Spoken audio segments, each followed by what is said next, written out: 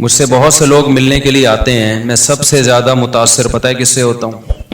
جب کوئی آتا ہے نا کہ 7 مہینے کی جماعت میں نکلا ہوا ہوں، 1 سال کی جماعت میں نکلا ہوا ہوں، تو دل باغ باغ ہو جاتا ہے، جس کو کہتے ہیں گارڈن گارڈن ہو جاتا ہے۔ آج کل اردو میں تو آج کل ہو نہیں رہا نا، جو بھی ہو رہا ہے انگلش میں ہی ہو رہا ہے، تو ان کو دیکھ کے دل گارڈن گارڈن ہو جاتا ہے۔ وجہ اس کی یہ کہ سفر کی ٹینشن میں جانتا ہوں کتنی ہوتی ہے۔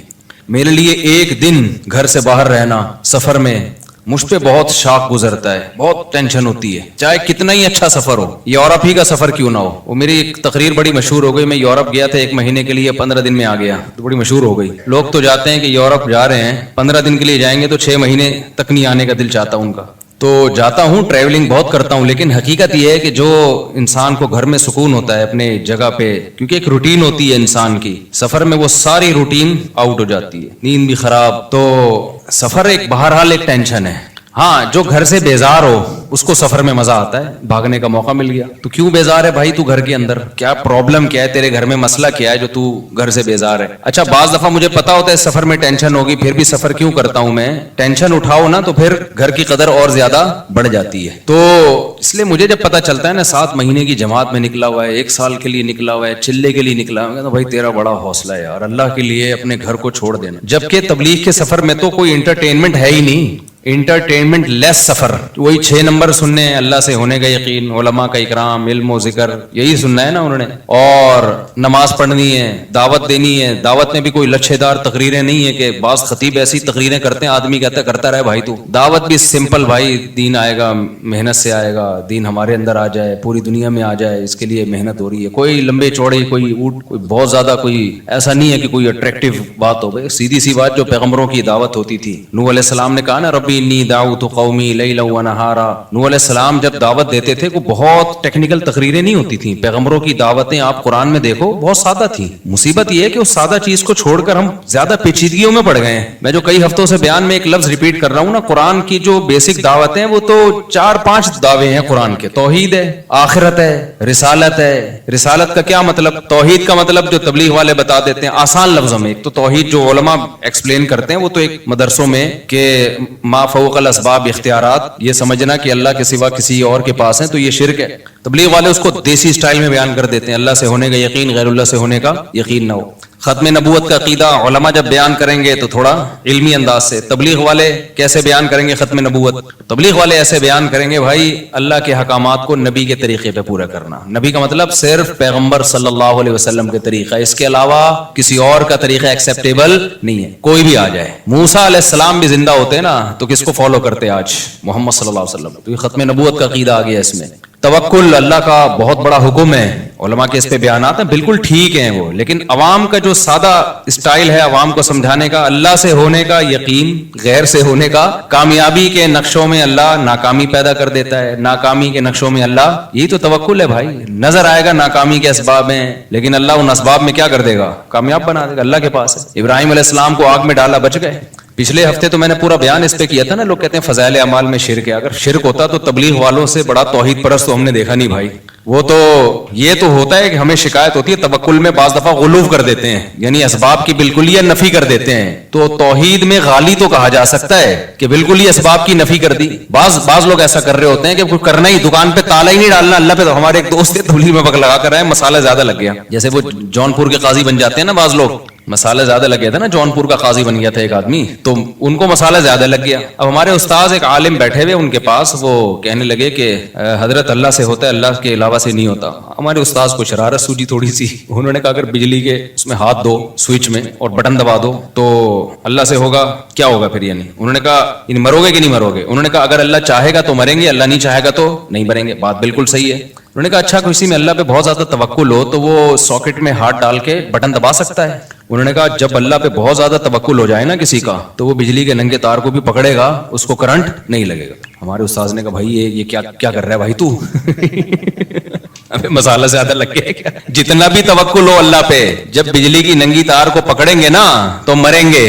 خوب سمجھ لیں, ایسا نہ ہو آپ کا ایمان بہت بن گیا, اب آپ نے کھمبے سے گلے لگا رہے ہیں جا کے, کیونکہ مجھے اب اللہ پہ یقین آ گیا کہ اللہ سے ہوتا ہے, اللہ کے غیر سے نہیں ہوتا, لہذا بجلی کے کھمبے سے میں چپک کے بھی کھڑا ہوں. کیونکہ کراچی میں برسات کے موسم میں بجلی کے کھمبے کے اگر آپ قریب گئے تو کھمبا آگے بڑھ کے گلے لگائے گا آپ کو, چاہے آپ کا سال لگا ہوا ہو, چاہے چلے پابندی سے لگ رہے ہو, کھمبا نہیں دیکھتا کہ اس کا سال لگا ہوا ہے یا اس میں توکل ہے یا نہیں. اچھا ماشاءاللہ ماشاءاللہ. ہمارے استاد نے کہا توکل کا یہ مفہوم نہیں ہے, تو انہوں نے کہا وہ جو تھا کہ وہ زہر کا پیالہ پی لیا, خالد ابن ولید کا ایک واقعہ مشہور ہے نا, وہ فلاں نے یہ کرامت, تو انہوں نے کہا بھائی وہ تو ایک اللہ کی طرف سے بعض دفعہ کسی ولی کے دل میں الہام ہو جاتا ہے, تو قرآن سے بھی ثابت, اس الہام اتنا یقینی ہوتا ہے کہ اس ولی اللہ کو پتا ہوتا ہے میں یہ کام کر لوں گا تو مجھے نقصان نہیں ہوگا. تو اگر ایسا الہام کسی کو ہو گیا اور اس کو یقین ہو گیا تو پھر وہ اللہ پہ توکل پہ کر لیتا ہے, لیکن نارملی اس کا توکل سے تعلق ہی نہیں ہے. جیسے ایسے واقعات ہے نا, کڑھائی میں ہاتھ ڈال دیا, تو ایسے واقعات ہوتے رہے ہیں, کچھ نہیں جلے, تو یہ اس کی اجازت نہیں ہے کہ آپ کا اللہ پہ بہت توکل ہے تو آپ نے پتا چلا جی کڑھائی میں ہاتھ ڈال دیا کہ مجھے چونکہ اللہ سے ہونے کا یقین ہے لہذا میں ہاتھ ڈالوں گا کڑھائی میں, تو نہیں. جتنا بھی اللہ سے ہونے کا یقین ہو کڑھائی جلائے گی آپ کو, کیونکہ اللہ سے ہونے کا یقین کا مطلب یہ تھوڑی کہ کڑھائی جلائے گی نہیں. اللہ کہے گا مجھ سے ہوتا ہے تو کڑھائی جلائے گی تو میرے آرڈر سے جلائے گی نا,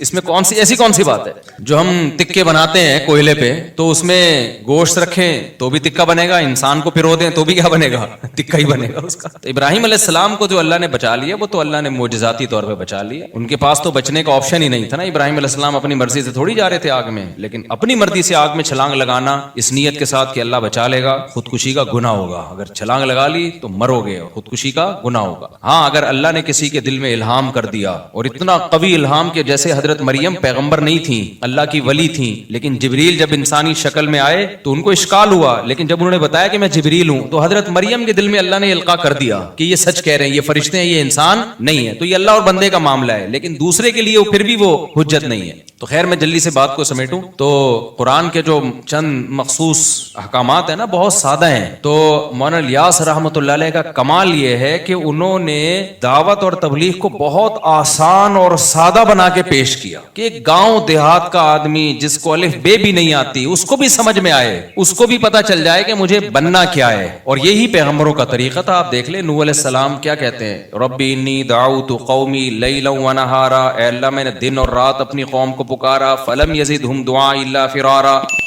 آگے وَإِنِّي كُلَّمَا دَعَوْتُهُمْ لِتَغْفِرَ لَهُمْ جَعَلُوا أَصَابِعَهُمْ فِي آذَانِهِمْ وَاسْتَغْشَوْا ثِيَابَهُمْ وَأَصَرُّوا وَاسْتَكْبَرُوا اسْتِكْبَارًا. آگے کیا ہے, ثُمَّ إِنِّي دَعَوْتُهُمْ جِهَارًا. آگے کیا ہے, حالانکہ میں فجر میں روز پڑھ رہا ہوتا ہوں, یہ أَعْلَنْتُ لَهُمْ وَأَسْرَرْتُ لَهُمْ فَقُلْتُ اسْتَغْفِرُوا رَبَّكُمْ إِنَّهُ كَانَ غَفَّارًا يُرْسِلِ السَّمَاءَ عَلَيْكُمْ مِدْرَارًا وَيُمْدِدْكُمْ بِأَمْوَالٍ وَبَنِينَ وَيَجْعَلْ لَكُمْ جَنَّاتٍ وَيَجْعَلْ لَكُمْ أَنْهَارًا مَا لَكُمْ لَا تَرْجُونَ لِلَّهِ وَقَارًا وَقَدْ خَلَقَكُمْ أَطْوَارًا. یہاں سے دعوت کی دلیل شروع ہو رہی ہے کہ بھئی تم اس اللہ کو کیوں نہیں مانتے جس نے تمہیں مختلف مرحلوں میں پیدا کیا ہے, پہلے مٹی, پھر منی کا قطرہ بن گئے منی, پھر ماں کے پیٹ میں جا کے جمع ہوا خون بن گئے. یہ کیسے تغیرات ہیں, کوئی میچنگ نہیں ہے مٹی میں اور اسپم میں, کوئی میچنگ ہے. اب سائنسدان تو بیٹھ کے کچھ نہ کچھ کرتا رہے گا بیٹھ کے, لیکن جس کو اللہ پہ ایمان لانا ہے نا اس کے لیے اتنی دلیل کافی ہے. یار کیا سافٹ ویئر انسٹال کیے ہیں مٹی کے اندر کہ جب وہ ماں باپ مٹی سے بنی ہوئی خوراک کھاتے ہیں تو اس کے اسپم بننا شروع ہو جاتے ہیں. عجیب چیز بن رہی ہے بالکل, اور وہی اسپم ماں کے رحم میں جاتے ہیں تو وہ بلڈ میں چینج ہو جاتا ہے. چلو یار یہ اتفاق ہو رہے تھے, اتفاق سے ہونے والی چیزوں کے رزلٹ اتنے خوبصورت نہیں ہوتے کہ وسیم بھائی پیدا ہو رہے ہیں, غفار بھائی پیدا ہو رہے ہیں, سبکتگین پیدا ہو رہا ہے. رزلٹ کیا آ رہا ہے, یہ جو اتفاق ہے نا, آپ کو پتا ہے نا, جو ابھی میں پھر میں ایتھیزم کے خلاف تقریر شروع کر دیتا ہوں, میرا یہ ٹاپک نہیں لیکن تھوڑا سا بولنا پڑے گا مجھے کہ جب تک اللہ دماغ میں بیٹھے گا نہیں کھوپڑی میں بات آئے گی. یہ جو کہتے ہیں نا لا آف چانس, تو چانس ہی اردو میں ہم کہتے ہیں, فی الحال میں چانس ہی کہہ دیتا ہوں. جیسے ایک صاحب مجھے کہنے لگے وہ ہم تو جنوری کہتے ہیں نا بھائی, فروری جنوری, ہماری زبان سے فروری آسانی سے نکل جاتا ہے. اب جیسے عربی لوگ ہیں فبرائر کہتے ہیں فروری کو, یونیو جنوری کو. تو ہر زبان جب کسی بھی لفظ کو قبول کرتی ہے نا تو اس کو کاٹ چھانٹ کے لیتی ہے, وہ اپنے حساب سے ایڈجسٹ کرتی ہے کہ ہمارے ہاں اس کی جو پروننسیشن ہے وہ کیسے ہو سکے, اس کا تلفظ کیسے ہوگا. یہ ہر زبان کا قاعدہ ہے کہ جب بھی وہ کسی دوسری زبان کے لفظ کو گود لے گی تو وہ ایز اٹ از نہیں لیتی کبھی بھی, وہ اپنے حساب سے کیا کرتی ہے, اس میں قط و برید کرنے کے بعد نا اس کو کاٹ چھانٹ کے وہ لے کر آتی ہے. تو پھر وہ دوسری زبان میں جا کے, جیسے پیٹرول ہے, اب میں نے پیٹرول ڈلوانا تھا, میں نے کہا بھائی اتنے لیٹر پیٹرول ڈال, دیکھنا مجھ سے پیٹرول ہوتا ہے پیٹرول نہیں ہوتا. اب میں نے کہا ہم لوگ کیا, یہ دیکھ یہ پیٹرول ہوتا ہے, یہ دیکھ رہا ہے یہ پیٹرول ہے. تو کوئی لفظ جب کسی زبان میں چلا گیا نا, جب تک گیا نہیں ہے تو پھر تو اسی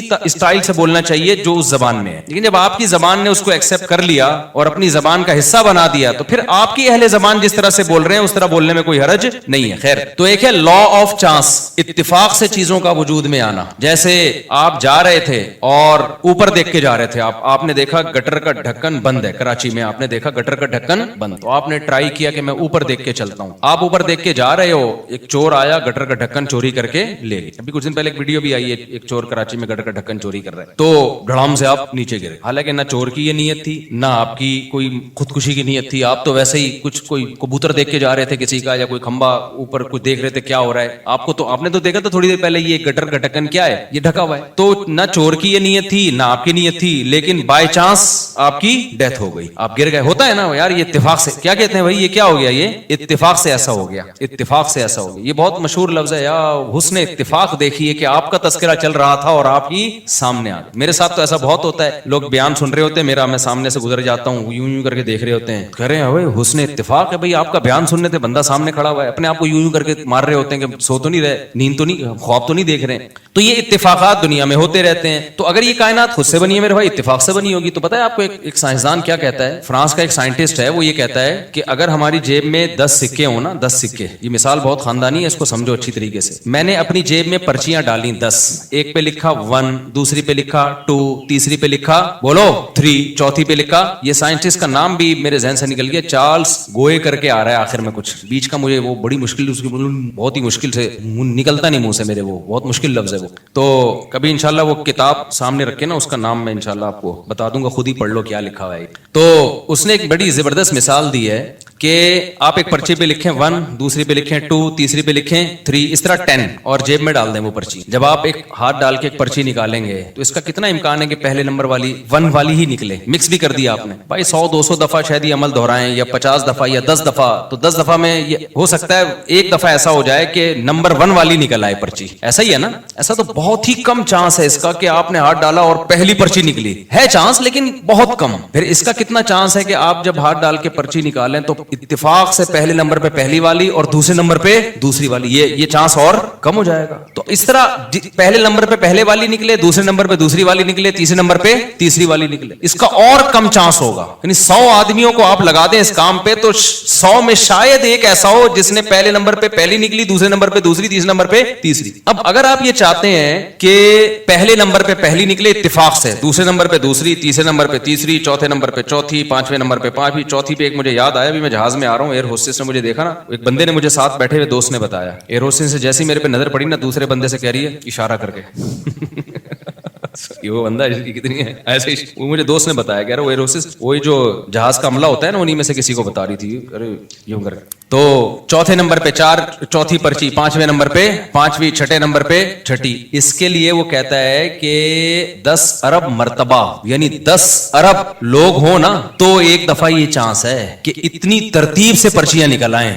میں سمجھا پا رہا ہوں اپنی بات, 10 ارب, کیونکہ ہر دفعہ ایک ایک پرچی کے آنے سے بھی امکان ہزاروں گنا کم ہوتا چلا جائے گا. یعنی یہ ہو سکتا ہے کہ 9 اکٹھی 9 نکل آئے, 10ویں نہ نکلے, دوبارہ 1 یا 2 نکل آئے, تو آپ 10 ارب مرتبہ یعنی 10 ارب لوگوں کو کھڑا کریں اور سب کے ساتھ یہ پروسیس ہو, شاید ایک اس میں کامیاب ہو جائے, یہ لا آف چانس کے تحت. اور اس نے پھر آگے, یہ غیر مسلم سائنٹسٹ کی بات کر رہا ہوں, اس نے آگے یہ لکھا ہے کہ جو سیل ہے نا جس سے انسان بنتا ہے یا پودے بنتے ہیں, یہ جو ایک اکائی ہے سیل, یہ سیل بھی پورا نہیں, اس کا ایک مالیکیول, اس کے لیے کم سے کم ایک کے آگے آپ 160 صفر لگا دیں, اربوں خربوں بن جائے گا نا, 160 صفر.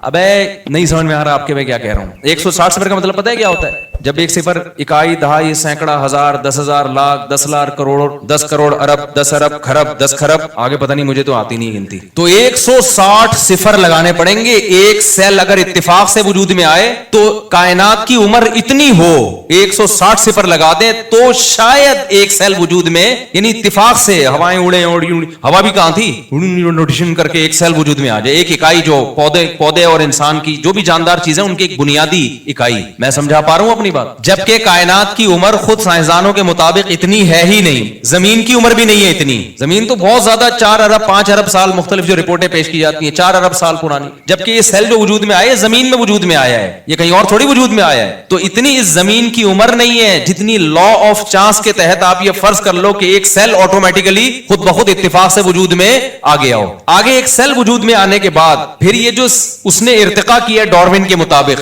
وہ ارتقا بھی تو اتفاقی ہے نا, اس کے لیے تو اربوں خربوں اور چاہیے, اور اربوں خربوں سال چاہیے, کیونکہ پھر وہ جس صرف ایک سیل تھوڑی, انسان ایک سیل کو تھوڑی کہتے ہیں, وہ سیل گرو کر رہا ہے, اس میں آنکھ بن رہی ہے, ناک بن رہی ہے, کان بن رہے ہیں, دل بن رہا ہے, دماغ بن رہا ہے, زبان بن رہی ہے, گردے, پھیپھڑے, کلیجی, گھٹنے, یہ سارے پروسیس سے اتفاق سے ہو رہی ہے. ظاہر ہے اس میں بہت سارے ضائع ہو گئے ہوں گے نا, سیل خربوں ضائع ہوئے ہوں گے, ایک نے ارتقا کر کے ایوالو کر کے اگلے سٹیپ تک پہنچا ہوگا. ایسا ہی ہوگا نا. اب جو خود بخود ہو رہا ہے تو ایسے ہی خود بخود تو پھر ایسے ہی ہو رہا ہوتا ہے نا. ایک سیل جو ہے وہ ترقی کرتے کرتے تھوڑا سا ایڈوانس ہو گیا اور پھر مختلف شکلوں میں وہ تبدیل ہو رہے ہیں. ایک سیل پودوں کی طرف چلا گیا, ایک پودے ترقی کرتے کرتے پہلا جانور امیبا ہوتا تھا نا, وہ ہم نے سائنس میں پڑھتے تھے, وہ وجود میں آ گیا پھر. تو اس کے لیے یہ پاسبل ہی نہیں ہے اتفاقی طور پر, امپاسبل. اور ایسا اس میں ڈیزائن ہوا ہے نا کہ میں آپ کے سامنے بیٹھا ہوا ہوں. وہ جو سیل فرسٹ ٹائم وجود میں آیا تھا, صحیح ہے نا, وہ سیل اتفاق سے ترقی کرتے کرتے خربوں اربوں خربوں کو خرب سے ضرب دیں ہوتے ہوتے مفتی طارق مسعود صاحب بن گئے اور 1 گھنٹے کا بیان کر رہے ہیں بیٹھ کے. کہتے 1 گھنٹے کا ہوتا 3 گھنٹے کا ہے. تو او بھائی یہ بکواس ہے, خدا کی قسم اپنی جانوں پہ رحم کھاؤ. اللہ آگ میں اٹھا کے پھینکے گا. اللہ کہے گا یہ تھوڑی کہ جس سائنسدان نے اٹھ کے جو مرضی پھینک دی تم نے اس کو اس بیس پہ مان لیا کہ سائنسدان کہہ رہے ہیں, حالانکہ سارے کہہ بھی نہیں رہے ہیں. یا تو اجماعی مسئلہ ہوتا ہے نا سائنسدانوں کا, کہہ بھی نہیں رہے ہیں, وہ تو کہنے ایک تھیوری ہے, میں بھی ہو سکتا ہے ایسے ہوا ہو. دوسرا سائنسدان کہہ رہے ہیں یہ نہیں ہو سکتا. تو مان لو بھائی کوئی خالق ہے جس نے بنایا ہے, اور اس کو کس نے بنایا, وہ ہمیشہ سے ہے, کیونکہ وہ مخلوق نہیں ہے, وہ کریٹر ہے, وہ کریٹڈ تھوڑی ہے. لا آف چانس تو اس کائنات میں چلتا ہے, خالق میں تھوڑی چلتا ہے. وہ تو ہماری عقل سے کیا ہے, بالاتر ہے. تو خیر جو یہ تو ٹیکنیکل اسٹائل ہے نا. تو تبلیغ میں جو اللہ تعالیٰ نے, جو میں نوح علیہ السلام کو بتا رہا تھا, انہوں نے سادہ نوح علیہ السلام نے کیا کہا, وَقَدْ خَلَقَكُمْ أَطْوَارًا. ارے بھائی ڈارون کو چھوڑ, تو اپنی آنکھوں سے دیکھ مٹی سے. اچھا یہ جو ہم جو بن کے آئے ہیں اس میں تو کروڑوں خربوں سال بھی نہیں لگے ہیں, ہم تو 9 مہینے میں مارکیٹ میں آ گئے. ٹھیک ہے نا, کیا خیال ہے. ایسے سافٹ ویئر انسٹال ہے ماں کے پیٹ میں بھائی, یا اس اسپم میں ایسے سافٹ ویئر انسٹال کر دی اللہ تعالیٰ نے. یہ تو میں بار بار ایک بات کہتا ہوں, سائنسدانوں نے انسانوں کو بنتے ہوئے پیدا ہوتے ہوئے دیکھ لیا. اگر یہ پروسیس اپنی آنکھوں سے نہ دیکھا ہوتا,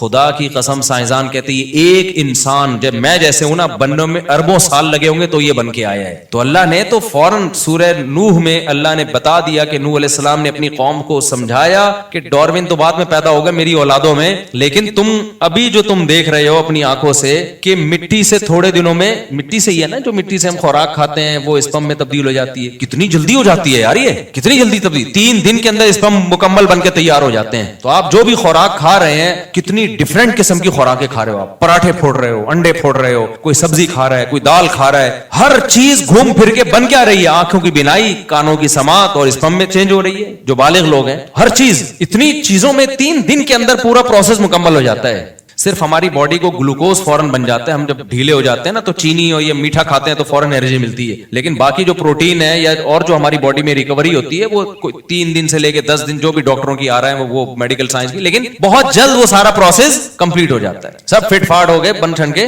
تیار 3 دن کے اندر ٹھکا ٹھک. ایسی مشینری اندر لگی ہوئی ہے, جو مرضی کھائے گا. تبھی یہ زیادہ کھانے پینے کو فوکس بھی نہیں کیا کرو, یہ بھی ذہن میں رکھو. اچھا کھاؤ, برگر پیزے اور یہ ٹوپی ڈرامہ چیزیں چھوڑ دو, لیکن اگر آپ کے پاس ڈاکٹروں کے مشورے کے مطابق کھانے کے پیسے نہیں ہے, بھی کیٹو ڈائٹ کے نام پہ بھی لوگ بہت وہمی ہو گئے ہیں. ڈاکٹروں کی فیلڈ میں ٹانگ نہیں اڑاتا, لیکن لوگ پاگل ہوتے جا رہے ہیں, یہ نہیں کھاؤ وہ نہیں. اتنا زیادہ ایسا کر لیا ہے نا اللہ نے, ہماری باڈی کو ایسا بنایا میرے بھائی کہ اس کو ابھی تک پوری طور پہ سمجھا گیا ہی نہیں ہے. مجھے یاد ہے بچپن میں ایک ڈاکٹر کا مضمون پڑھا تھا بڑا زبردست. اس نے کہا بھائی میرے پاس تو میں غریب آدمی ہوں, گوشت کے پیسے نہیں ہوں, دام کھانے کے پیسے نہیں ہوں. اور ڈاکٹر نے بڑا اچھا مشورہ دیا, اور وٹامن سی کے لیے کلو مالٹے میں نہیں کھا سکتا. اس نے کہا شیر صرف گوشت کھاتا ہے, وٹامن سی بھی پورا ہوتا ہے اس کا, ٹھیک ہے نا. حالانکہ گوشت میں وٹامن سی ہوتا ہے کیا, کبھی دیکھا سیب میں امیون سسٹم کمزور ہوا ہوا ہے, زکام کھانسی ہو رہی ہے تو وہ سنترے کا جوس بنا کے پی رہا ہے. وہ صحرائی لوگ صرف ستو پہ گزارا کر لیتے ہیں. جو غریب علاقے ہیں نا, آپ افریقہ میں جائیں اور یہ صحراؤں میں ستو, گندم کا ستو, اسی ستو سے سب کچھ مل رہا ہے بھائی. ان کو نہ وٹامن سی کی کمی ہو رہی, 90 سال کی عمریں ہو رہی ہے ان کی. تو میڈیکل سائنس حرف آخر نہیں ہے. خود ڈاکٹر جو ایکسپرٹ ڈاکٹر ہے وہ بھی مانتے ہیں. ہاں, جب اللہ نے آپ کے پاس وسائل دیے ہیں تو پھر آپ سب کچھ کھائیں, لیکن نئی وسائل دیے ہیں تو ٹینشن لینے کا نہیں ہے. اسی روٹی سے ساری ضرورتیں اللہ پوری کرے گا. ایک ڈاکٹر نے مجھے بتایا, بہت ایکسپرٹ ڈاکٹر ہے, انہوں نے کہا کہ ٹیسٹوں پہ زیادہ نہ بھروسہ کیا کرو, یہ والی کمی آ گئی تو آدمی ٹینشن میں جا رہا ہے. دیکھو کچھ ہو تو نہیں رہا نا, ٹھیک ہے نا. جیسے وٹامن سی کی کمی آ گئی ٹیسٹ میں, لیکن آپ کو کچھ بھی نہیں ہو رہا, نہ نزلہ ہو رہا ہے, نہ کھانسی ہو رہی ہے, نہ کوئی بیماری ہو, تو سیٹ ہے یار. ہونا ایسی کی تیسی ٹیسٹ کو اٹھا کے کیا کرو, بکری کو کھلا دو. مجھے ایسپائلوریا کا مسئلہ تھا میرے ساتھ نا, ہے ابھی بھی, تو مجھے کچھ ہو نہیں رہا تھا پیٹ میں. مجھے ایک دو ڈاکٹروں نے بتایا ایسپائلوریا بہت خطرناک اور یہ کینسر اور ایسا بنا دیا. میں گئے کام سے, اب تو گئے مرے بھائی, اب تو کینسر ہونے والا ہے. تو ڈاکٹر نے بلڈ ٹیسٹ کروایا. انہوں نے کہا, پھر ایک ڈاکٹر نے کہا بلڈ سے نہیں پتا چلتا بھائی, اسٹول ٹیسٹ ہوگا, آغا خان کے لیب میں کرواؤ. وہ زبردست یہ ایسپائل. پھر میں نے ویڈیوز دیکھی انٹرنیٹ پر, وہ ایسپائلوریا ایسا جرثیمہ جو ہے نا, ایسپائلورائے اصل جو اس کا لفظ ہے نا, بہت بڑے ایکسپرٹ کے پاس میں گیا. انہوں نے بولا بھائی کیا ہو کیا رہا ہے, پراٹھے کھا رہے ہو کتنے؟ میں نے کہا 2 کھا لیتا ہوں. ہضم ہو رہے ہیں؟ میں نے کہا ہو رہے ہیں. اور کہنا اور کیا کرنا ہے, اور کیا چاہیے؟ جب 2 پراٹھے پھوڑ رہے ہو صبح 3 انڈوں کے ساتھ, اللہ معاف فرمائے, نظر بس سے اللہ بچائے, اور ملائی کی وہ بھی کھا جاتے ہو, اور نہاری کھا لیتے ہو, آپ کی ویڈیوز ہم نے دیکھی ہیں, پائے بھی پھوڑ دیتے ہو, اور کیا چاہیے؟ کیا کر رہا ہے میدے کا, اور کچھ ہو رہا ہے؟ میں نے کہا ایسیڈیٹی ہوتی ہے. انہوں نے کہا اس میں یہ بھی نہ ہو تو پھر کیا ہوگا بھائی؟ اور وہ بھی جب ہوتی ہے جب نیند نہیں آتی. نیند اگر میری پوری نہ ہو نا, تو انہوں نے کہا نیند کا تو دماغ سے بہت گہرا تعلق ہے, ٹائم نیند کمپلیٹ کر لو. میں نے کہا نیند پوری ہو پھر نہیں ہوتا کوئی. تو میں نے کہا یہ آغا خان کی رپورٹ ہے ایسپائلورائے. میں نے کہا بھائی یہ بکری کو کھلا, کیا کرو, یہ ڈاکٹر کی بات کر رہا ہوں, اب ڈاکٹر خود الجھے, مجھے کوئی ملامت نہ کرے کہ ڈاکٹر کوئی کہے کہ نہیں ایسپائلورائے کو ہلکا لے رہا ہے. بھائی مجھے وہ ڈاکٹر نہیں بتایا کوئی. انہوں نے کہا ٹینشن لینے کا, سب کا ٹیسٹ آئے گا, یہی آئے گا. ہو نہیں رہا تو کیا ضرورت ہے یار رپورٹیں لینے کی. تو نیٹ پہ جب آدمی سرچ کرتا ہے نا, باولا ہونے کے علاوہ کچھ بھی حاصل نہیں ہوتا. خوب سمجھ لو, انٹرنیٹ پہ بھروسہ نہ کیا کرو, نیٹ پہ سنا کرو ڈاکٹروں کو, لیکن اپنے محلے پڑوس کے ڈاکٹر سے نا تھوڑا سا مشورہ لے لیا کرو کہ یہ کیا ہے. خیر ہے, یہ ایک بیماری ہے, اگر کوئی اس کی جو علامات ہیں تو پھر اس کا علاج کرانا ضروری ہے. علاج کرانا ضروری ہے. اس کا نہیں ہو رہا تو یہ سب کچھ نہ کچھ ہر وقت باڈی میں چل رہا ہوتا ہے, تو جانے دو. اچھا خیر, تو اب کیا مسئلہ ہے؟ تو انہوں نے بتایا کہ کوئی چیز کی کمی ہوتی ہے باڈی میں, باڈی خود ہی اس کا متبادل تلاش کر لیتی ہے. صرف ایک وٹامن ڈی کے بارے میں کہتے ہیں, وہ 40 سال کے بعد اگر وہ کم ہے نا تو وہ لازمی سپلیمنٹ لینے پڑیں گے. باقی سب کچھ ہو نہیں رہا تو سب سیٹ ہے, ٹھیک ہے نا. جب تک کوئی آپ کو محسوس نہیں ہو رہی نا کوئی بیماری, تو اس کو ٹیسٹوں پہ نہ جاؤ سوائے وٹامن ڈی کے. اچھا خیر, تو کہاں سے کہاں بات چلے گی. تو میں کہہ رہا تھا اتنا پیچیدہ سسٹم اللہ نے بنا دیا باڈی کے اندر یار. وہ صرف ستو پہ پل رہا ہے گاؤں دیہات کا آدمی, اس کی باڈی ہر چیز کہاں سے لے رہی ہے. شیر صرف گوشت سے سارے وٹامن منرلز پورے کر رہا ہے, سب کچھ مل رہا ہے اس کو. اتنا پیچیدہ سسٹم, اتنا بہترین نظام. اچھا ہم جو بھی کھا رہے ہیں, آنکھوں کی بینائی بھی تیز ہو رہی ہے, کانوں کی, جو بھی سمرات, پیزا برگر نہیں ہے, یہ ذہن میں رکھو. پیزا برگر سے آنکھوں کی بینائی تیز نہیں ہوتی. جو میٹھے لڈو مٹھائیاں پھوڑ رہے ہو, یہ نہیں کھانا شروع کر دینا کہ چونکہ اللہ بہت بڑا ہے, اور اللہ جب ستو پہ ایک گاؤں دیہات کے آدمی کو زندہ رکھ سکتا ہے تو مجھے لڈو پہ زندہ کیوں نہیں رکھ سکتا. میٹھا آپ کو بہرحال, اور یہ چینی کی صورت میں جو میٹھا ہے یہ چھوڑنا پڑے گا. شہد پہ اگر میٹھا کھانا ہے تو شہد کھاؤ.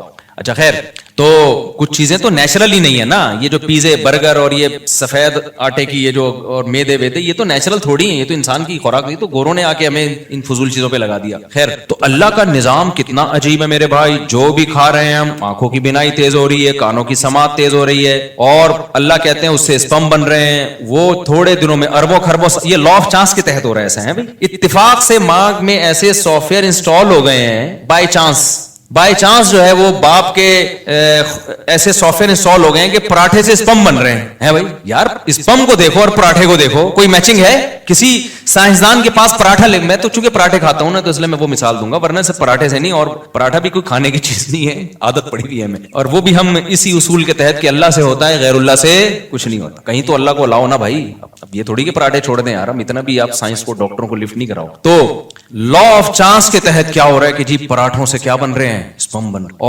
اور اتفاق سے مرد الگ بن گیا, عورت الگ بن گئی, ایک ہی مخلوق سامنے نہیں آئی ہے. تو یہ جو میں نے مثال دی تھی نا 10 سکوں والی, اس میں تو 10 ارب دفعہ یہ عمل تھا, 10 ارب لوگ کر رہے ہو, تو ایک میں اس بات کا چانس ہے. یہ جو ہو رہا ہے نا اس کائنات میں, پوری کائنات بن گئی, ستارے سیارے, زمین سورج کے گرد گھوم رہی ہے, تھوڑا سا فاصلہ بڑھ جائے تو سورج کی دسترس سے آزاد, تھوڑا سا کم ہو جائے تو سورج پہ جا کے ٹکرا جائے گی. ایسے بالکل لگ رہا ہے کوئی پلگ پانا لے کے نا کوئی نٹ بولٹ ٹائٹ کر رہا تھا زمین کے نٹ بولٹ ٹائٹ کر رہا تھا اور اس کو 23 ڈگری پہ جھکا دیا زمین کو. زیادہ بھی نہیں جھکایا, زیادہ جھکائیں گے نا یہ دن اور رات کا ڈفرنس بہت زیادہ بڑھ جائے گا, اور سردی میں بہت زیادہ سردی پڑے گی, گرمیوں میں اس سے بھی زیادہ گرمی. جیکب آباد والے تو ابلنا شروع ہو جائیں گے گرمیوں میں اگر زیادہ اللہ نے یہ کر. ایک خاص 23 نہ 24 نہ 22 یار, ایسی ایڈجسٹمنٹ یار. ایک لگ رہا ہے کوئی پلک پانا لے کے بیٹھا ہوا تھا, اسکرو سے ٹائٹ کر رہا تھا زمین کو کہ اتنا جھکانا ہے اس کو, اس سے زیادہ بھی نہیں اس سے کم بھی نہیں, اور اتنی اسپیڈ سے سورج کے گرد گھمانا ہے اس کو, نہ اسپیڈ زیادہ کرنی ہے نہ اسپیڈ کم کرنی ہے. پوری ایک بہترین ایڈجسٹمنٹ ہے. یہ تو خربوں سے ضرب دیں پھر بھی یہ اتفاق ناممکن. میں نے 2 ہفتے پہلے ایک مثال دی تھی نا کہ ایک سائنسدان نے کہا ہے کہ ایسا ہی ہے جیسے کچرا پڑا ہوا ہے اور خربوں سال میں اس سے ایک بوئنگ طیارہ بن کے تیار ہو گیا اتفاق سے. تو وہ جتنا امکان اس کا ہے اس سے بھی کم امکان اس کائنات کے بننے کا ہے. تو اب نوح علیہ السلام نے کیا سمجھایا, وَقَدْ خَلَقَكُمْ أَطْوَارًا. دیسی دلائل دیے نوح علیہ السلام نے, دیسی انداز سے. ابے تو اپنی آنکھوں سے دیکھ رہے ہو مٹی سے اسپم بنتے ہیں, اسپم ماں کے پیٹ میں جا کے جمے ہوئے خون میں تبدیل ہو جاتا ہے, جمع ہوا خون جو ہے وہ گوشت میں تبدیل ہو جاتا ہے, گوشت میں آنکھیں ناک کان دل دماغ جگر لگ رہے ہوتے ہیں, پھر ماں کے پیٹ سے باہر آتا ہے کیسا رو رہا چیخ رہا ہے اور آوازیں کس رہا ہے, پھر اس کی مسکراہٹ, ہر چیز بچے کے حساب سے اللہ نے اس میں رکھ دی ہے. دیکھو بچے چونکہ معصوم ہوتے ہیں, کسی کام کے نہیں ہوتے, کوئی کما کے کھلاتے ہیں, ہر چیز میں آپ کے محتاج ہیں, تو انسان کے لیے تو بہت بڑے بوجھ بن جاتے, کوئی نہیں پالتا ان کو. لیکن ان کے چہرے پہ اللہ نے ایک لکیریں ڈال دی ہیں جس کو چائلڈ اسکیما کہتے ہیں یا اسکیم کہتے ہیں, میں یہ لفظ بھول گیا ہوں, چائلڈ اسکیما کہتے ہیں میرا خیال, چائلڈ اسکیما. یہ ایسی لکیریں بچوں کے چہرے پہ پڑی ہوتی ہے نا کہ اس پہ آٹومیٹیکلی انسان کا دل اس کی طرف کھینچا چلا جاتا ہے. یہ جانوروں کے بچے میں بھی ہوتا ہے. بلی جو اپنے بچوں سے محبت کرتی ہے نا, اس کے چہرے پہ, بلی کے بچوں کے چہرے پہ الگ سی معصومیت نظر آئے گی آپ کو. خدا کی قسم کوئی بڑا مصور بیٹھ کے جب تک یہ لکیریں نہ بنائے نا, کیسی لکیریں ڈیزائن کرو کہ دیکھتے ہی اس کے طرف دل کھینچا چلا جائے. بچے کی مسکراہٹ اور بڑے کی مسکراہٹ میں زمین آسمان کا فرق ہے. بچے کی معصومیت میں, بڑے کی معصومیت میں, بڑے میں معصومیت ہوتی نہیں ہے, رو رہا ہوتا ہے, دل چاہتا ہے 2 تھپڑ لگا کے خاموش کرا دو اس کو. ویسے تو آج کل بچوں کے بارے میں بھی ماؤں کا دل یہ کر رہا ہوتا ہے کہ 2 تھپڑ لگا کے, لیکن بچے پہ کوئی مصیبت آتی ہے جو اس کا چہرہ جس طرح سے بنتا ہے نا, وہ بڑے کا چہرہ ویسا نہیں بنتا, کیونکہ دل فوراً کھینچا چلا جاتا ہے اس کی طرف. تو یہ اس کے چہرے پہ کچھ لکیریں قدرت نے بنائی ہیں, اسی حساب سے بنائی ہیں, کیونکہ یہ سوسائٹی کے لیے فی الحال کسی کام کا نہیں ہے. اس کو خدمت چاہیے. کون خدمت کرے گا بھائی؟ اس کے چہرے پہ ایسی لکیریں ڈال دو جو اس کو دیکھے اس کو اس پہ پیار آئے. تبھی دیکھیں بچوں کی تکلیف برداشت نہیں ہوتی ہے انسان سے, بہت ترس آتا ہے بچوں کے اوپر. کہیں بھی ظلم ہو رہا ہو نا, بڑوں پہ ظلم ہو رہا ہو, اس پہ انسان کا دل اتنا پگھلتا نہیں ہے. بچوں پہ ہو رہا ہے ایک دم دل پگھلنا شروع ہو جائے گا. کیوں؟ ان کے چہرے پہ الگ سی معصومیت ہے. تو معصومیت کیا ہے؟ وہ لکیریں ہی تو ہیں. وہ کچھ لکیریں اللہ نے ایسی اس اسٹائل کی بنا دی ہیں, ان کی آنکھوں کو ایسا بنا دیا ہے کہ وہ کھینچتا ہے اپنی طرف لوگوں کو. موسیٰ علیہ السلام کو جب فرعون نے صندوق سے نکالا ہے تو فرعونی کا تو ارادہ تھا قتل کرنے کا, لیکن قرآن کیا کہتا ہے, وَأَلْقَيْتُ عَلَيْكَ مَحَبَّةً مِّنِّي. اے موسیٰ ہم نے تیرے چہرے پہ ایک ایسی معصومیت ڈال دی اور ایسی اللہ نے کچھ چہرے پہ لکیریں بنا دی کہ محبت, جو دیکھتا تھا اس کا دل کھینچا چلا جائے. یار اتنا پیارا بچہ, بھائی اس کو قتل مت کرو, بھائی اس کو قتل. فرعون جیسا سخت دل آدمی بھی بالآخر اس نے قتل کا ارادہ ترک کر دیا. تبھی تو کہتے ہیں جو بچوں کے قاتل ہوتے ہیں بڑے ظالم ہوتے ہیں, اس لیے کہ یار ان کو دیکھ کے پیار کرنے کا دل چاہتا ہے بچوں کا. اس لیے مجھے وہ بہت ہی کوئی بے شرم لگتا ہے جو بچوں پہ زیادتی ظلم کرتا ہے, بچوں پہ مارتا پیٹتا ہے ان کو. میں تبلیغ کی بات بتا رہا تھا کہ یہ جو 2-3 بیسک چیزیں ہیں نا, تبلیغ والے اسی کو پوری دنیا میں لے کے چلتے ہیں. یہ بیسک ہے. اللہ سے ہونے کا یقین آ جائے اور اللہ پہ اعتماد آ جائے, اللہ پہ توکل آ جائے. میں نے تبلیغ والوں کو نہیں دیکھا کہ وہ جب کوئی مصیبت آئے نا تو وظیفوں میں لگے ہوئے ہوں, کیونکہ اکثر یہ واقعہ بتایا جاتا ہے بھائی 2 رکعت صلاۃ الحاجت پڑھ کے اللہ سے. میرے والد صاحب تبلیغ میں لگاتے تھے نا, کوئی پریشانی آتی 2 رکعت پڑھ کے اللہ سے مانگتے تھے. یہ صلاۃ الحاجت کے نام سے کوئی حدیث میں نماز نہیں ہے, لیکن نام دینے میں کوئی حرج نہیں ہے. حدیث میں آتا ہے جب بھی کسی کو کوئی مشکل ہو نا 2 رکعت پڑھ کے اللہ سے مانگے, تو اس کا نام بعد میں آسانی کے لیے صلاۃ الحاجت رکھ لیا. تو یہ چیز نظر آئے گی آپ کو تبلیغ والوں میں. اچھا, تبلیغ والے بدعت کے خلاف ایسے بیان نہیں کرتے کہ تیجا غلط ہے, 40واں غلط ہے, فلانا غلط ہے, ڈمکانا, کبھی نہیں سنا ہوگا. لیکن میں نے دیکھا جو تبلیغ میں وقت لگاتے ہیں آٹومیٹیکلی تیجے 40ویں ان کی زندگی سے ختم, آٹومیٹیکلی بغیر کسی تقریر کے, کیونکہ مزاج یہ بن جاتا ہے بھائی اللہ کے حکم کو نبی کے طریقوں پر پورا کرنا ہے. اب ان سے تو سب کو پتا ہے نبی نے تو تیجا نہیں کیا, نبی نے تو 40واں نہیں کیا, تو آٹومیٹیکلی بہت سارے کام موضوع بنا کے نہیں ہوتے, خود بخود. ایک 4 شادیوں والا رہ گیا تبلیغ میں, اس پہ پتہ نہیں کب آئیں گے وہ لوگ. خیر, ایک عالم نا اعتراض کر رہے تھے تبلیغ والوں پر. میرے شیخ ہیں حضرت مفتی عبدالرحیم صاحب, ان کے پاس بیٹھ کے کہ حضرت یہ ریونڈ میں سارے علماء کو کیوں بیان نہیں کرنے دیتے, ریونڈ کے اسٹیج سے فلانے کو بلائیں, یہ صرف ان علماء کو بیان کرواتے ہیں جن کا تبلیغ میں وقت لگا ہوا ہے. تو ہمارے استاذ ان کو سمجھا رہے تھے بھائی ایک نیٹ ورک ہے, ایک طریقہ ہے, تو اس میں ظاہر ہے جب تک ایک ان کی پالیسی ہے کہ اس سے گزر کے نہیں جائے گا تو کام کی نوعیت سمجھے گا نہیں. تو کہا نہیں اتنے بڑے بڑے علماء, بھائی بڑے بڑے علماء ہیں, وہ اپنے ممبر پہ صحیح کام کر رہے ہیں, لیکن تبلیغ کا ایک خاص طریقہ ہے جو تجربوں کے بعد ان کو اندازہ ہوا. تو اب جب تک کوئی اس تجربے سے نہیں گزرے گا تو ان کا ایک نظام بنا ہوا ہے بھائی, وہ جیسے خانقاہ میں بھی ہر ایک کو تھوڑی بیان کرنے دیا جاتا ہے, ہر ایک کا اپنا ایک اسٹائل ہوتا ہے. جب ان کو بہت سمجھایا ان کی سمجھ میں نہیں آیا تو پھر ہمارے استاذ نے کہا اچھا مفتی طارق مسعود کو ریونڈ میں ایک بیان دے دو, 4 شادیوں میں بیان کر دیا. ہضم ہو جائے گا لوگوں سے. میں نے کہا, انہوں نے کہا یہ بندہ تو وہاں جا کے کیا کرے گا, سال سال کی جماعتیں آئی ہوئی ہیں اندرون ملک اور بیرون ملک, اور انگریز آئے ہوئے ہیں, جیپنیز آئے ہوئے ہیں, ایک دم بیان نئے نئے مسلمان آئے ہوئے ہیں جو ابھی نئے نئے مسلمان ہوئے ہیں, اور ایک دم بیان کس پہ شروع ہو گیا. انہوں نے کہا یہ تو عجیب صحیح نہیں, بات تو صحیح ہوگی لیکن بے موقع ہوگی. پھر وہ صاحب خاموش ہو گئے. انہوں نے کہا یہ مثال آپ نے بالکل صحیح دی ہے. تو ان کا ایک پروسیس ہے بھائی, اتنا ٹائم گزارو اس کام کو سمجھو. تو آپ اپنے ممبر پہ جو بھی ہیں, لیکن جب آپ تبلیغ میں نکلیں گے تو آپ کو اس سے دائیں بائیں جانے کی ضرورت نہیں ہے. تو تبلیغ میں جو ہے نا جو وقت لگاتے ہیں, مجھے بڑی اس پہ ہوتی ہے کہ بھائی یہ اسلام کے جو بیسک چیزیں اور کسی اختلاف اور طنز کے بغیر توحید پر بیان ہوگا, مشرکوں پہ طنز نہیں ہوگا, بدعت کے خلاف بیان ہوگا, بدعتیوں پہ طنز نہیں ہوگا, اور ختم نبوت پہ بیان ہوگا, ختم نبوت کے منکرین پہ طنز نہیں ہوگا. جو کر رہے ہیں وہ ایک الگ فیلڈ ہے, میں اس کی جو علماء ختم نبوت جو کام کر رہے ہیں وہ تو بہت بڑا کام ہے. تو تبلیغ میں کسی شعبے کی نفی نہیں ہوتی, میں تو صرف تبلیغ کا مزاج بتا رہا ہوں کہ کام سارے ہو رہے ہیں لیکن نام نہیں ہے, بہت مضبوط بنیادوں پہ کام ہو رہا ہے. اور کتنی بڑی قربانی ہے. میں مثال دے رہا تھا نا یار, ہم تو جب سفر میں جاتے ہیں ہم سے تو 2 دن نہیں گزارے جاتے, اتنی ٹینشن ہوتی ہے, وہ بھاگو تو ایک سال کے لیے نکل جانا, 7 مہینے کے لیے, چلے کے لیے, سہروزے کے لیے, اور کوئی انٹرٹینمنٹ کوئی ہے نہیں وہاں پہ. وہی بیان ہو رہے ہیں, وہی ایک صاحب کھڑے ہو جائیں گے, ایک رکشے والا کھڑا ہو جائے گا, بھائی اللہ سے ہونے کا یقین آ جائے, غیر اللہ سے نہ ہونے کا یقین آ جائے, ایک رکشے والا, پھر بیان آپ کبھی کس کا, ایسے لوگوں کا بیان بھی جن کی زبانی سمجھ میں نہیں آ رہی ہوتی آپ. تو یہ بڑی قربانی کی بات ہے. اس لیے کوئی تبلیغ والے ملنے آتے ہیں تو میں ان سے دعا کا کہتا ہوں بھائی ہمارے لیے بھی دعا کرو, کیا خیال ہے, بڑی قربانی ہے. تو بیان سارا آج میرا اس طرف نکل گیا. اب میں اصل ٹاپک کی کو جلدی سے آتا ہوں. یہ جو ہم نے سأل سائل بعذاب واقع پڑھی ہے نا, تو وہی بات ہے کہ قرآن کے جو بیسک ٹاپکس ہیں ان میں ایک آخرت, بار بار اللہ کہتے ہیں مر کے ختم نہیں ہو جاؤ گے بھائی, تمہیں دوبارہ زندگی ملے گی, اللہ کے سامنے تم نے جواب دیا. اچھا تبلیغ والوں کی تھوڑی میں نے وہ کر دی ہے, تو ایک اہم بات دیکھو, تبلیغ میں جو وقت لگا کے علماء سے تعلق رکھے نا اس کے کام میں نکھار پیدا ہو. تبلیغ میں بات سکھائی جاتی ہے, فضائل کا علم فضائل کے حلقوں میں, مسائل کا علم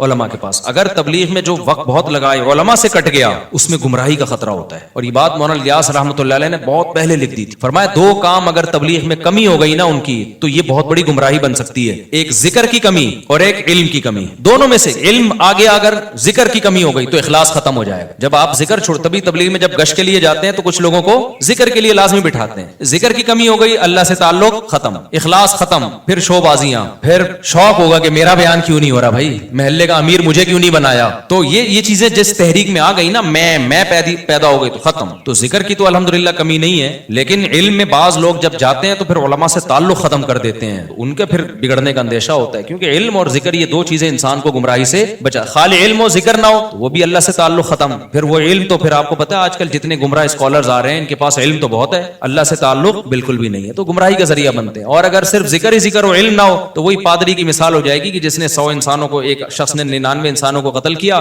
پچھلی امتوں میں ایک اللہ والے کے پاس گیا تو اللہ والے کے پاس ذکر تھا, علم نہیں تھا. تو پوچھا کہ میں نے 99 انسانوں کو قتل کیا, میری توبہ قبول ہو جائے گی؟ انہوں نے کہا بھائی 1-2 بندے مارے ہوتے تو بات ہے یار, 99 بندے مار کے آ رہا ہے بھائی. اللہ سے تعلق تو ان بزرگ کا بہت قوی تھا, علم نہیں تھا کہ بھائی 1000 بھی قتل کیوں, توبہ کا دروازہ موت سے پہلے کھلا ہوا ہے. تو ان بزرگ نے کہہ دیا کہ نہیں بھائی 99 کی تو توبہ قبول نہیں ہوتی, بخاری کی حدیث ہے. انہوں نے کہا جب نہیں ہوتی تو سینچری پوری کیوں نہ کرے بھائی آدمی, جانا جب جہنم میں ہی ہے تو پوری سینچری کر کے جاؤ نا. کوئی جہنمیوں سے ملاقات ہوگی تو پتہ تو چلے گا, جیسے جیل میں جو قیدی جاتے ہیں نا تو بتا رہے ہوتے تو کیا مار کے, وہ کہہ رہے میں مچھر مار کے آیا ہوں, تو تو نے کون سا تیر مار لیا یار. تو اس نے اس پادری کو بھی مار دیا کہ یار پوری سینچری پوری کرو. پھر حدیث میں آتا ہے اس کو فکر ہوئی کہ کسی اور سے پوچھیں, تو پھر حدیث میں آتا ہے دل علی رجل عالم. پہلے لوگوں نے راہب کا, راہب جو ان کے بزرگ ہوا کرتے تھے عیسائیوں کے, صحیح بخاری کی حدیث ہے, فدل علی رجل عالم, کسی نے بنی اسرائیل کے عالم کا پتہ بتایا, وہاں ایک عالم ہے. جب وہ عالم کے پاس گیا اور کہا کہ مجھ سے 100 انسانوں کا قتل ہو گیا ہے, هل له من توبہ, کیا اللہ میری توبہ قبول کر لے گا, تو وہ واقعی علم میں مضبوط تھے. انہوں نے فرمایا من یحول بینہ وبین التوبہ, صرف مسئلہ نہیں بتایا کہ ہاں قبول کرے گا, بلکہ اپریشیٹ کیا, بھائی کیوں نہیں کرے گا, تیرے اور اللہ کے درمیان کون رکاوٹ بن سکتا ہے. اور پھر اس کو گائیڈ بھی کیا کہ جس علاقے میں تو نے قتل کرنا سیکھا ہے توبہ کر تو لے گا, توبہ پہ قائم رہے گا نہیں. انطلق الی ارض کذا وکذا فإن بها اناسا یعبدون اللہ فاعبد اللہ معهم, اس علاقے کو چھوڑ دے بھائی, وہاں اللہ والے لوگ رہتے ہیں, وہاں ان میں جا کے رہ لے اور وہیں اللہ اللہ کر, یہاں نہ آنا اس علاقے میں, توبہ وہاں جا کے کرنا. پھر وہ جو اس کی موت آ گئی اسی دوران اور اللہ نے اس کو جنت میں داخل, حالانکہ بھی توبہ کی نہیں تھی, توبہ کے ارادے سے چلا تھا, تو عالم کے پاس گیا نا. اب اگر وہ عالم ہوتا, اللہ والا نہ ہوتا, یہاں تو میں نے بتایا نا وہ راہب بزرگ تھے, اللہ والے تھے, علم نہیں تھا, انہوں نے بھی گمراہ کیا, اور وہ عالم جن کے پاس گئے وہ بزرگ بھی تھے عالم بھی تھے. اگر صرف عالم ہوتے بزرگ نہ ہوتے وہ, تو وہ بھی گمراہ کرتے. پھر پتہ ہے کیا کرتے, اس زمانے کا کوئی اسکالر ہوتا نا پڑھا لکھا, تو جب کوئی 100 انسان قتل کر کے ان کے پاس آتا تو وہ کہتے بھائی حدیث نمبر فلانی سے پتہ چلتا ہے کہ توبہ قبول ہو جاتا. لیکن اللہ والوں کے پاس جانے کی ضرورت نہیں ہے, کیونکہ جتنے بزرگ آ رہے ہیں نا منجن بیچ رہے ہیں. میں سمجھا پا رہا ہوں اپنی بات, یہ جتنے بزرگ جو آج کل ٹوپیاں پہن کے گھوم رہے ہیں, جو اللہ اللہ سکھا رہے ہیں, ان کی صحبت میں جا کے تم بیٹھو گے, ابے سب دکانیں ہیں, سب کیا ہے, منجن, ٹھیک ہے نا, بزرگ کوئی بھی نہیں ہے بھائی. ونس اپون اے ٹائم اللہ والے ہوا کرتے تھے, سب میں صحیح ہوں, صرف میں صحیح, لہذا آپ صرف میرے ساتھ رہا کریں اور دائیں بائیں جانے کی آپ کو ضرورت نہیں. تو یہ عالم تو ہوتا, لیکن اس کے اندر حب جاہ کہ لوگوں کو اللہ والوں سے کٹا کے سب کو اپنی ذات کے گرد جو اکٹھا کرنا چاہ رہا ہے, وہ عالم تو ہو سکتا ہے, اللہ والا نہیں ہو سکتا. سمجھتے ہو کہ نہیں سمجھتے؟ جو بھی یہ چاہ رہا ہے نا کہ سب میری طرف آ جائیں, یہ حب جاہ کا مریض ہے, تکبر کا مریض ہے. علماء میں تواضع ہوتی ہے, ہم نے تو دیکھا ہے, ہم نے کسی عالم سے مسئلہ پوچھا, ان سے سینئر بیٹھے ہوئے تھے, انہوں نے کہا بھائی ان سے پوچھو, جب بڑے بیٹھے ہیں تو ہم سے کیوں پوچھ رہے, ہم تو چھوٹے لوگ ہیں. یہ ہم نے علماء جو صحیح اہل حق علماء ان میں یہ تواضع دیکھی ہے. اور آج کل 2-4 باتیں جس کو معلوم ہو جائیں, تواضع وہاں سے شارٹ, وہ تکبر کا پوٹلا بن جاتا ہے, وہ میں بس وہ یہ شروع کر دیتا ہے, سب علماء سے کٹانا شروع کر دے گا آپ کو. تو یہ صحیح نہیں. تو عالم بھی ہو اور اللہ سے تعلق. لیکن آپ کو پتا ہے, آپ دنیا میں کہیں بھی جاؤ, چاہے وہ لنگڑا لولا اسلام ہو, لیکن لوگ تھوڑی سی عزت دیتے ہیں اسلامی کنٹری. کیا لیبل لگاتے ہیں, اسلامی کنٹری. ایک اس لیے, ایک اس پہ کہ ایٹامک پاور, چاہے وہ لنگڑی لولی ہو, لوگ کہتے ہیں وہ بم جب چلانا نہیں ہے تو رکھ کے کیا کرنا ہے. دیکھو رکھا ہوا بھی بہت خطرناک ہوتا ہے, آپ کو پتا ہوتا ہے کہ نہیں چلے گا, لیکن پھر بھی آپ یہ سمجھ رہے ہو نا, جب پاکستان کی ایسی حالت ہو گئی, ابھی بھی بم نہیں چلا رہے, اگر یہ بم سے دستبردار ہو جائے نا, تو جتنے اب ہیں نا اس سے بھی جائیں گے. اب کوئی آپ کی جیب میں گرنیڈ پڑا ہوا ہو اور آپ جا رہے ہو, ڈاکو کو پتا ہے کہ اس کی جیب میں گرنیڈ ہے, یہ چلائے گا نہیں, لیکن وہ احتیاط اسی میں کرے گا کہ یار اس کو رہنے دو. بہت سے ایسے لوگ ہیں جن کی جیب میں گرنیڈ نہیں ہے, ان سے نمٹو پہلے. ہوتا ہے کہ نہیں ہوتا؟ آپ پلاسٹک کی پسٹل بھی لے کے جاؤ گے نا, تو بھی ڈاکو آپ کی طرف جب آئے گا جب سارے بغیر پستول والے نمٹ جائیں گے, کہے گا یار مارنا ہے تو پہلے وہ بغیر پسٹل کے, وہ بھی پسٹل کے بغیر, وہ بھی پسٹل کے, اس کو پہلے لوٹو نا. اس کو خام ہو سکتا ہے سچی مچی کی, وہ پھر کیا کریں گے, ہم چلا دی. تو اسی لیے یہ جو گارڈ ہوتے ہیں نا گلیوں کے, ان کو لکڑی کی بندوقیں دے کے بٹھایا جاتا ہے, 50% ڈکیتیاں کم ہو جاتی ہیں. ڈاکو کہتا ہے ہو سکتا ہے سچی مچی کی نہ نکلے بھائی. تو اس لیے یہ جو بم ہے نا, بم یہ جیسا مرضی لنگڑا لولا بم ہو, لیکن اس کی وجہ سے تھوڑی سی ہماری دنیا میں عزت بولو رہ گئی. اور تیسری جو سب سے زبردست چیز ہے, تبلیغی جماعت کی وجہ سے ہماری دنیا میں بڑی عزت. میں ایک دفعہ بنوری ٹاؤن میں گیا, وہاں افریقہ سے ایک لڑکا آیا ہوا پڑھنے کے لیے. اب آپ مجھے بابا بتاؤ, دنیا میں کتنا بڑا بیوقوف ہوگا جو دوسرے ملک سے ہمارے ملک میں پڑھنے کے لیے آئے گا؟ کبھی سنا آپ نے؟ ابے ہمارے والے تو اپنے ایک دوسرے کو بیوقوفی کا تانا دے رہے ہوتے ہیں کہ جب تو آکسفورڈ یونیورسٹی جا سکتا ہے, جب تو امریکہ جا سکتا ہے پڑھنے کے لیے, تو KU میں کیوں پڑھ رہا ہے؟ کہتے ہیں کہ نہیں کہتے؟ کراچی یونیورسٹی میں وہ لوگ پڑھ رہے ہیں جن کے پاس باہر جانے کا پیسہ نہیں ہے, گٹکے کے پیسے نہیں نکلتے ان کے پاس بیچاروں کے, وہ کہاں سے باہر جائیں گے, مجبوراً یہاں پڑھ رہے ہیں. لیکن اگر کوئی امریکہ سے پڑھنے کے لیے آپ کے ادارے میں آ رہے ہیں, انڈونیشیا سے, ملیشیا سے, افریقہ سے, فرانس سے, جاپان سے پڑھنے کے لیے آپ کے ادارے میں آ رہا ہے, تو آپ پوچھو گے نا بھائی ایسا یہاں کیا ہے کہ آپ وہاں کے بجائے کہاں کے پڑھ رہے ہو یہاں؟ تو کہے گا بھائی میں سائنس اور ٹیکنالوجی پڑھنے کے لیے نہیں آیا, میں آپ کے مدرسوں میں پڑھنے کے لیے آیا. وہ مدرسے جن کو یہاں کے اسکالرز نے کہا ہے کہ ان مدرسوں میں منجن بکتا ہے. سمجھ میں آ رہی ہے بات؟ اگر منجن بک رہا ہوتا, امریکہ سے, برطانیہ سے, فرانس سے لوگ یہاں پڑھنے کے لیے نہیں آتے, اور ڈاکٹر اور انجینئر نہ پڑھ کے جاتے. میرے شاگردوں میں ڈاکٹرز بھی ہیں, انجینئرز بھی ہیں,